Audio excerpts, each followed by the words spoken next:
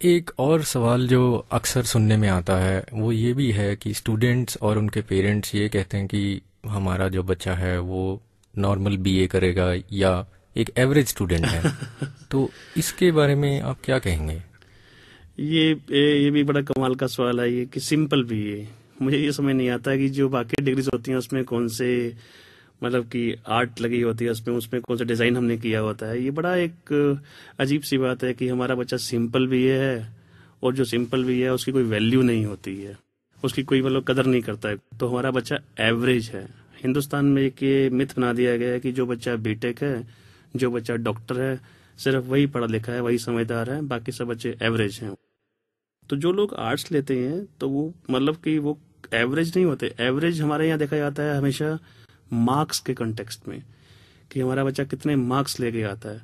अगर सपोज कोई बच्चा 50 से 60% मार्क्स लेता है, उसे हम एवरेज कहते हैं। उसे कहते हैं कि भैया तेरा कुछ नहीं हो सकता, आप सिर्फ आर्ट्स का सब्जेक्ट रखो, बीए करो, आपके बस की बात है, क्योंकि आर्ट्स आसान है सो कॉल्ड।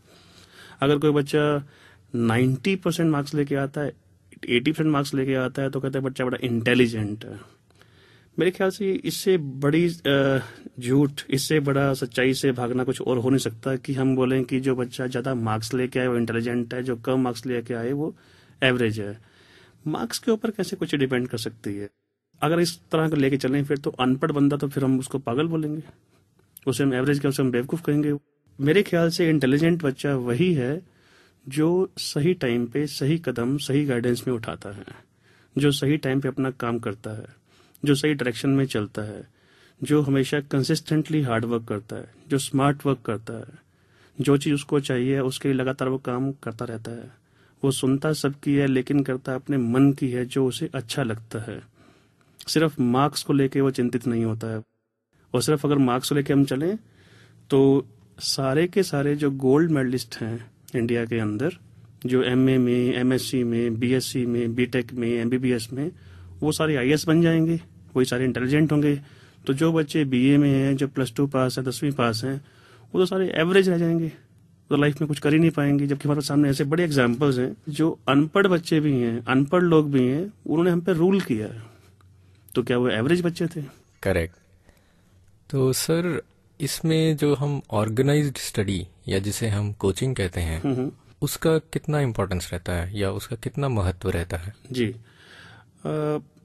देखिए इसमें कोचिंग का जो रोल मेन है वो गाइडेंस का है। कि आजकल जो हो गया है वो प्रॉब्लम ऑफ प्लेंटी हो गया है, कि हमें हर चीज जो है अपने हाथ में आराम से मिल जाती है। मैं आपको एग्जांपल देता हूँ एक। आज से अराउंड 20 साल पहले अगर कोई स्टूडेंट तैयारी करता था आईएएस की, तो उसको एक सिंपल से टॉपिक पे नोट्स बनाने के लिए लाइब्रेरी जाना पड़ता था, अपने टीचर से कंसल्ट करना पड़ता था, अपने फ्रेंड से कंसल्ट करना पड़ता था, कई अखबारें पढ़नी पड़ती थी, तब जाके उसका एक नोट्स बनता था किसी एक टॉपिक पे। आजकल तो इंटरनेट का जमाना आ गया है। इंटरनेट पे क्या चीज है जो अवेलेबल नहीं है? आप मैगजीन के लिए जाइए मार्केट के अंदर, आपको एक ही टॉपिक पे आपको 50-50 बुक्स मिल जाएंगी, 50 मैगजीन्स मिल जाएंगी। तो दिक्कत ये आती है कि आप क्या पढ़ें क्या ना पढ़ें। तो कोचिंग आपको यहाँ पे हेल्प करती है कि आप क्या ना करें, क्या करें, क्या ना करें, सबसे इम्पोर्टेंट चीज है और सबसे इग्नोर्ड चीज है। लोग सोचते हैं कि एग्जाम जो है ये एग्जाम है नॉलेज का, कि आपके हाथ में जो कुछ आए वो पढ़ डालो।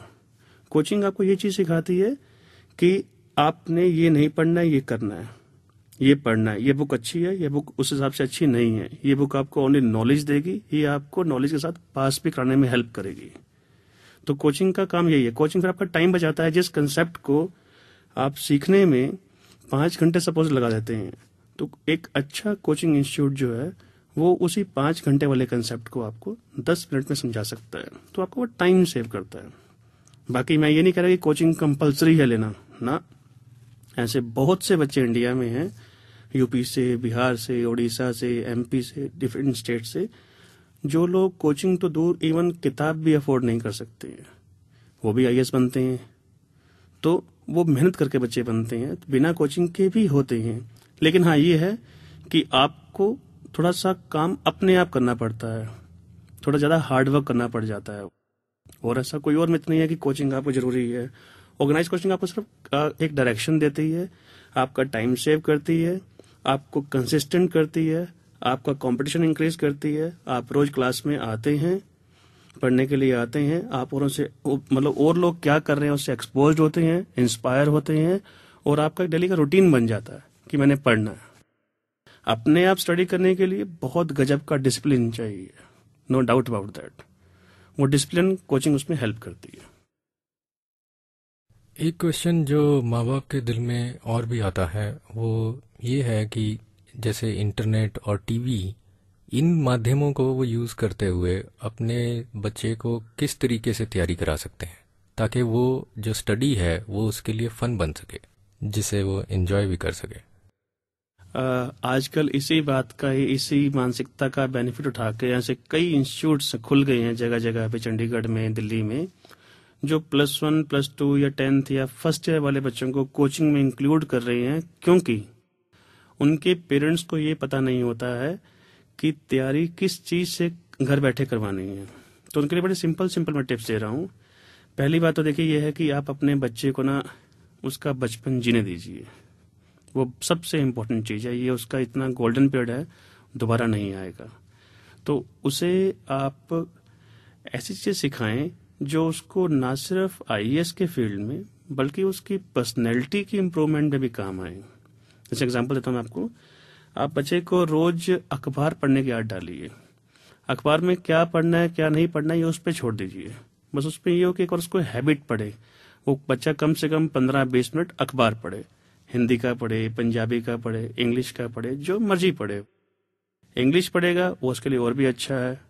इंग्लिश का अखबार पढ़ रहा है, कुछ नॉलेज वाली बातें उसको लगेगी पता, प्लस वो एक डिक्शनरी को साथ में लेके बैठे।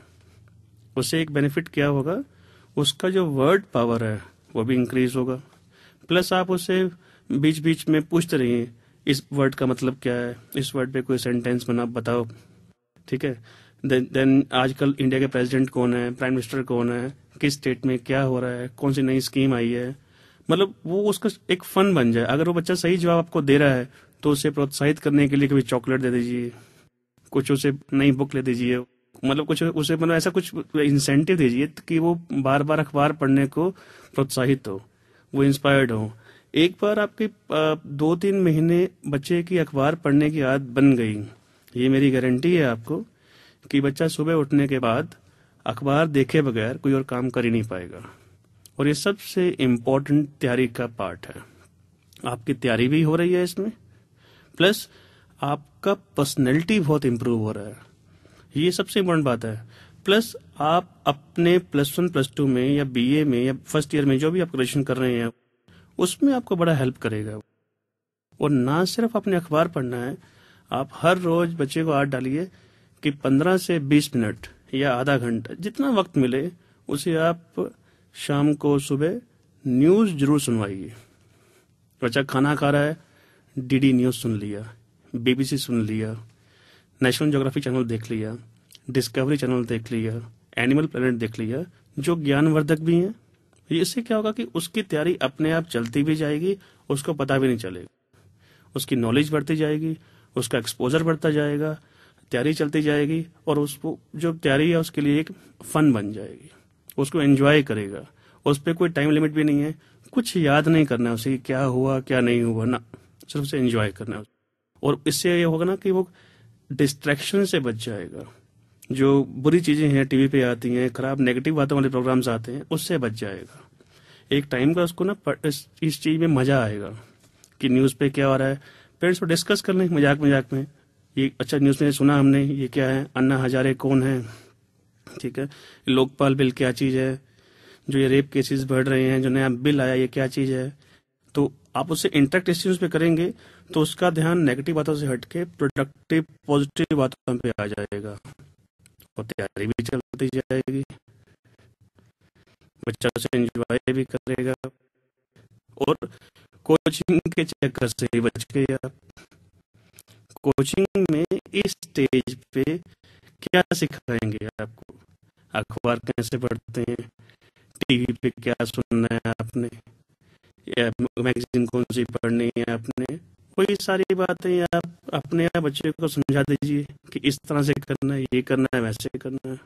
इसके लिए हम क्या करते हैं, हर मंडे ट्यूसडे हम एक वर्कशॉप करते हैं जिसमें बच्चों के साथ पेरेंट्स भी आते हैं, तो हम उनको गाइड कर देते हैं कि आप बच्चे को ये जो उसकी छुट्टियां हुई हैं उसे घुमाइए फिराइए, उसे एंजॉय कीजिए, बुक्स पढ़ाइए,